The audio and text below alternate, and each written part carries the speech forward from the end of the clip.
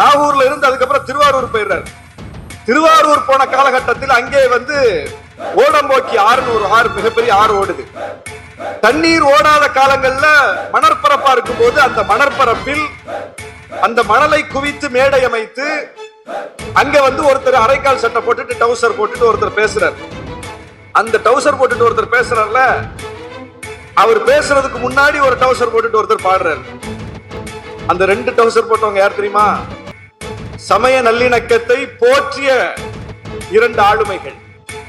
அந்த அரைக்கால் சட்டை போட்ட இரண்டு பேர் யார் என்றால், அந்த பேசுவார்ல அவர்தான் முத்தமிழறிஞர் கலைஞர், பாடினார்ல அவர்தான் இசைமுரசு அனீபா.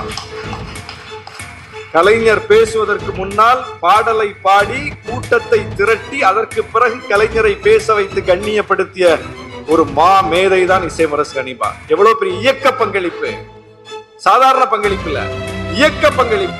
அண்ணாவுக்கு பிறகு யார் தலைமை என்கிற ஒரு கேள்வி வந்த போது இறைவனிடம் கையேந்துங்கள் என்கிற அந்த ஒரு ஆன்மீக தளத்தில் கோலோச்சிய ஒரு பாடலை பாடி எல்லா சமய மக்களிடமும் மிகப்பெரிய தாக்கத்தை ஏற்படுத்தி இசைமுரசு அண்ணாவை பாடியிருக்கிறார். அண்ணாவுக்கு பிறகு யார் தலைமை என்கிற அந்த கேள்விக்கு பொது சமூக மத்தியில் ஒரு விடையாக போய் அமைந்த குரல் தான் இசைமுரசின் குரலில் கள்ள குடிகொண்ட கருணாநிதி வாழ்கவே, கம்பீர கலைஞர் எங்கள் கருணாநிதி அப்படின்னு கலைஞரை பற்றி அவர் பாடிய பாடல்.